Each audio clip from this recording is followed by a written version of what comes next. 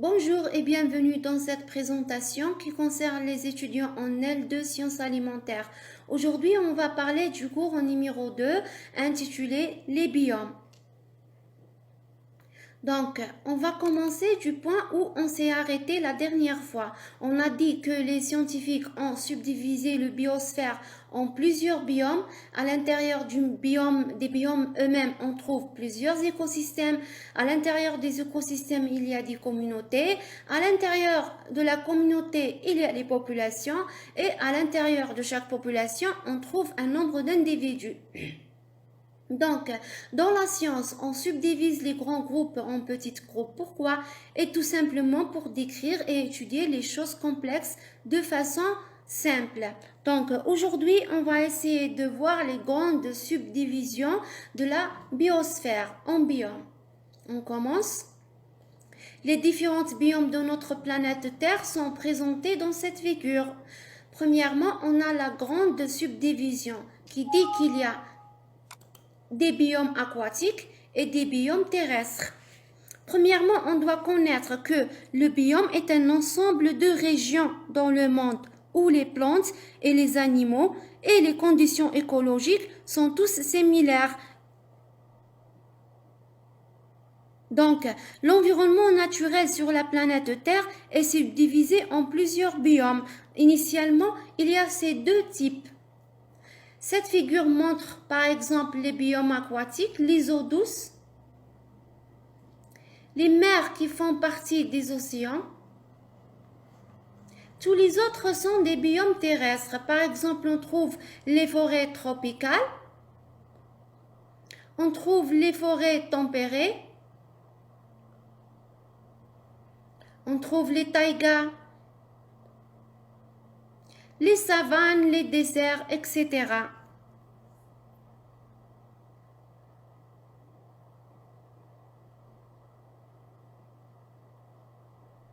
Donc, les biomes terrestres sont une multitude d'organismes vivants dans une région climatique continentale. Donc, elle est continentale. Alors que les biomes aquatiques sont dans les biomes aquatiques, on trouve des organismes vivants situés dans des étendues d'eau.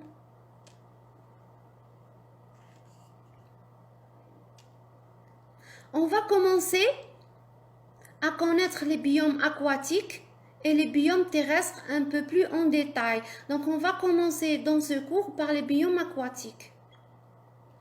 Les biomes aquatiques sont subdivisés en deux types de biomes, les biomes marins et les biomes dulcicoles. Les biomes marins concernent les eaux salées, les biomes dulcicoles concernent les eaux douces.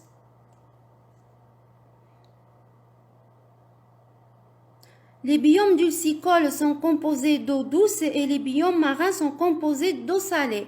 Et donc, les biomes marins comprennent notamment les mers et les océans qui ont normalement une salinité très élevée. Et ils sont plus nombreux. Pourquoi? Car ceux-ci occupent la grande majorité de la surface de la Terre. Ici, on voit tous les océans qu'il y a sur la Terre parce que les biomes marins sont divisés en plusieurs océans. L'océan Pacifique, ici et de là, l'océan Arctique, l'océan Atlantique, l'océan Indien, l'océan Antarctique. Par contre, les mers sont des étendues d'eau plus petites que les océans, généralement entourées de côtes. Exemple, la mer Méditerranéenne est encerclée par l'Europe, l'Afrique et l'Asie. Comme l'eau de mer contient beaucoup de sel, les plantes, les animaux qui y vivent sont adaptés spécialement pour éliminer le sel et pouvoir survivre en eau salée. Ça, c'est les biomes marins. On va voir les biomes dulcicoles maintenant. Avant ça, on va voir cette photo dans laquelle on voit combien occupe chaque biome aquatique dans la planète. Par exemple, le Pacifique occupe 34%, de la planète, l'Atlantique 20%, l'Indien 15%, l'Arctique 3%,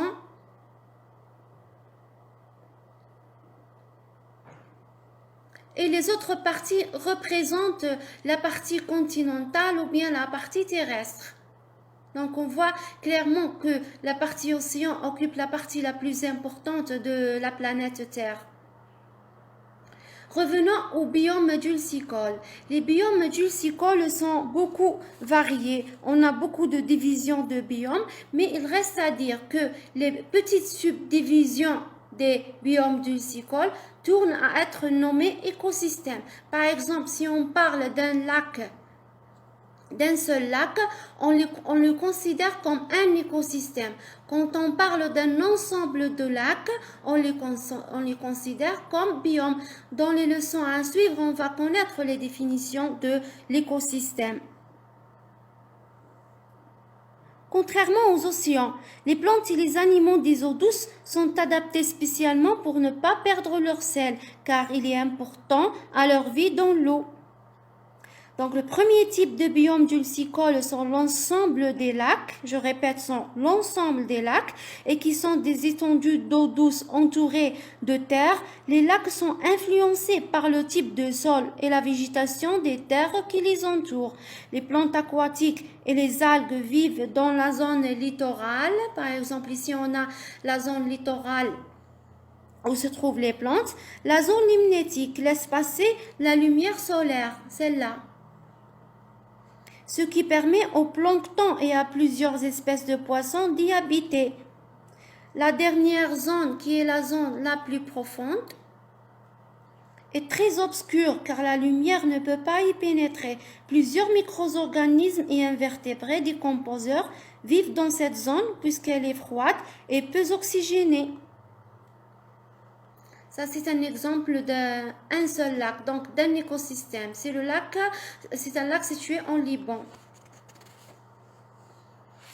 Donc, autre type de biome dulcicole, on a les terres humides, telles que les étangs, les marécages, les marais, les tourbières. Les terres humides sont souvent entre les biomes terrestres et les biomes aquatiques. Elles sont des étendues d'eau douce stagnantes. Elles jouent un rôle écologique primordial puisque leur abondance en végétation, par exemple les mousses, les algues, filtrent et retiennent l'eau. Les étangs, les marécages, les marais, les tourbières et bien d'autres font partie de ces terres humides.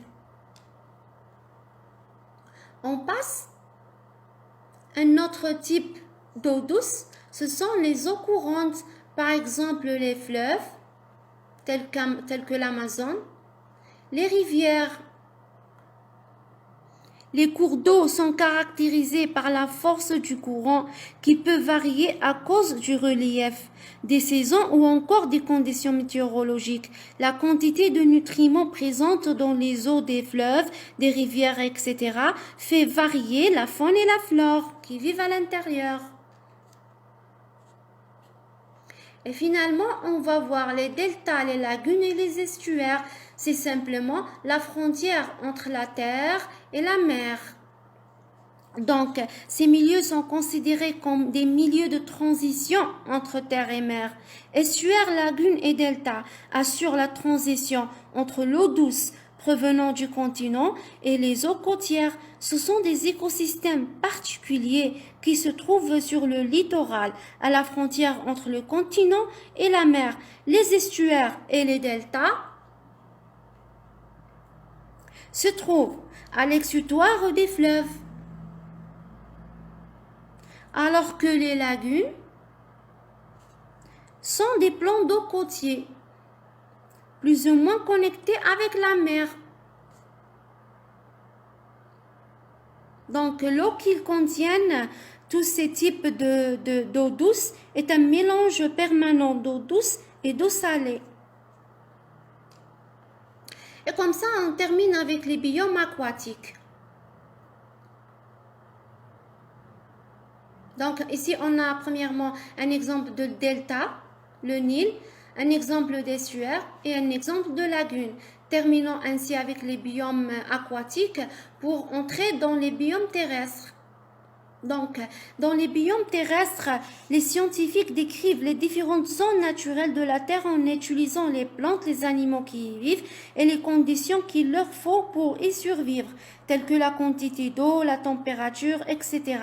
Chaque biome nous permet de voir les régions du globe qui sont similaires, même si elles se trouvent sur des continents différents, n'est-ce pas? Par exemple, si on voit les forêts tropicales, on voit plusieurs forêts tropicales situées dans différentes régions du monde, mais on les considère tous des forêts tropicales similaires. La subdivision des biomes terrestres varie selon les scientifiques et selon les critères qu'ils adoptent. Par conséquent, vous pouvez trouver plusieurs subdivisions possibles des biomes. Par exemple, certains scientifiques classent toutes les sortes de forêts en un seul grand biome appelé la forêt, mais d'autres scientifiques subdivisent la forêt elle-même en plusieurs biomes forestiers selon les différents types de forêts. Par exemple, les forêts tropicales, les forêts méditerranéennes, les forêts tempérées. Donc, à part les forêts, on a d'autres subdivisions, d'autres biomes sur la planète Terre. On trouve par exemple les savanes. On trouve les déserts. On peut trouver les prairies, les taïgas et les tundras.